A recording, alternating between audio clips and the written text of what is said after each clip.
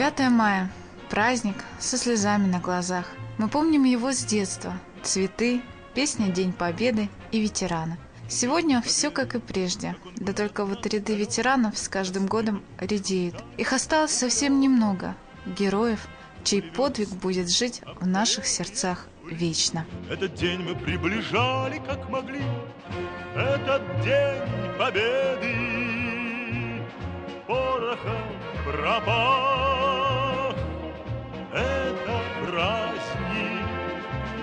В этом году исполняется 68 лет со дня Великой Победы. Победы, в которую верили наши деды и отцы. Победы, которая была завоевана ценой жизни миллионов людей. Представители десятков народов мужественно сражались на фронтах Великой Отечественной, показывая беспримерный подвиг мужества и отваги, среди которых были и тысячи чеченцев. Согласно последним данным исследователей, число чеченских и ингушских красноармейцев, сражавшихся против гитлеровцев на фронтах Великой Отечественной войны, составляло более 40 тысяч человек. Сыны и дочери чеченского народа прославились в боях под Москвой, Ленинградом, Сталинградом, на Курской дуге, на севере и на Черноморском побережье, при освобождении стран Европы. Они сражались на передовой и трудились в тылу. Одним из таких людей является Ваха Гакаев. Участник Великой Отечественной, он живет на улице имени Героя Советского Союза Хампаши Нуродилова. Семья Гакаевых всегда рада гостям. Вот и в день нашей с ним беседы добродушный хозяин встречал гостя из далекого Таджикистана, но о нем расскажем чуть позже. Вернемся же к Вахе Гакаеву. 1922 года рождения, свои 91, он даст фору любому молодому человеку. Как и прежде, он продолжает активную жизнь на благо своего народа, Родины. Ваха Гакаев возглавляет Совет ветеранов Чеченской Республики. Центральный гараж гроз 200 бош. Петкер. Цыга была вот шухер был беш. Штаб дивизия вот Сержир Мусаев Сурхо был шухер был беш.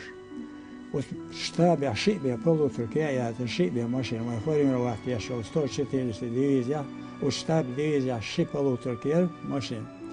А из занят дечк даш продукт я хашун да хаш دائما круглосуточно был бы бешер, а я сам шофер дина пусть соболор, сон и возишь, сон штаб дивизии, так сказать, штаб дивизия, это был беш тоже формироваться, я гуш, галуш обмундирование, луш, таял кечеш, герж, деш, иш деш, это узка полка, цапол таял 255-й отдельный полк РЦИ, и собирать на фронте воюющей армии. И воюешь, вот пришли к машине, они что на машине лишь 3 тонн, здесь 5 оршо. И сам машин на юго уцается, это юго. Вот это да. Вот 3-й полк, а вот что, цигязин, вот и машин на юго шел, что вот цей машин шухин, так давохар, так даязир, огмауча, так атмосфера, сол, джим холошин, садин волшек, гисташ волшек, так, вот даязир мавасаш, все равно хан рево езеруса, машин шухин, so давохар. Има дай Мухаммад Бош, комиссар полка вор, и комиссар полка и висеиту Ивану ишко, я совела оштво. Иш бig иш сова вес он один мохосо сова лерхтан са машинита это ус машина иш тега беген кремска майбат ну как раз майбат 42 года тиг дадвел хоштадош чуяч бон нешер но там больше дата хачит но кемдеш лершда шубом нешят шхаят герншлер масумете да كيمش حدوش خان بومش ياتشان ماشين ستويش خلور ستيش تتور ستلاش خيرم يمكن. Он рассказал нам о своей фронтовой жизни, о том, как уходил из-под обстрела вражеской авиации, спасая на своей полуторке тяжелораненых в бою солдат штрафного батальона, как его машина с провиантом подорвалась на мине и о многом другом. Для нас, современников, этот рассказ кажется сценарием блокбастера, а для этих людей он стал частью их жизни, смыслом. Поиск погибшего на войне отца и двух старших братьев стал смыслом жизни для Исмаила Ахаджанова, парня из Таджикистана. Завет матери и желание увидеть место захоронения своих близких привели к тому, что всю свою жизнь этот человек посвятил поиску захоронений солдат, павших на фронтах Великой Отечественной войны. Руководитель поисковой группы прибыл в город Грозный, где его радушно встретил у себя дома Ваха Гакаев. Я 36 городов проехал, 4 зарубежных страны проехал, и участвовал, и выписывал, и отдавал людям добро. И вот после чего я сейчас делаю добро, нахожу, отдаю людям добро. Это по совету матери, по просьбе людей.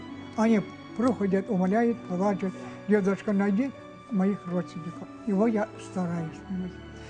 Цель моего приезда в Чеченской Республике – это встретиться с народом Чечни, с ветеранами Великой Отечественной войны, совместно с ними возложить к вечному огню цветы, венки, цветы. И я всегда везу горсть земли из предков и сыплю, чтобы земля была пухом. Как говорят, аура розы, Аллах розы.